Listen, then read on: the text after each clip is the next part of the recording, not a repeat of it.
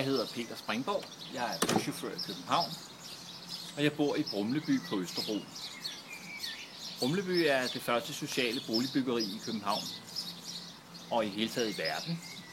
Det blev bygget i 1850'erne af en arkitekt, der hedder Bindesbøll, og en anden arkitekt, der hedder Klein.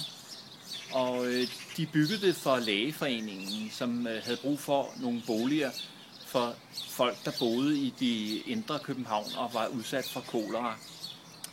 Så fandt man ud af, at man skulle have nogle boliger med noget lys og noget luft.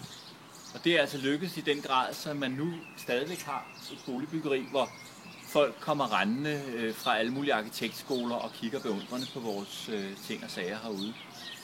Personligt har jeg det rigtig rart med at være herude, fordi når jeg kommer hjem fra en larmende dag på arbejde, og der har været masser af trafikstøj osv., så er det vidunderligt at komme ind her, og fuglene fløjter, og jeg kan slappe helt af, og Østerbrogade ligger så tilpas langt væk, så jeg ikke kan høre den overhovedet. Det er en ting, jeg har meget brug for i min dagligdag.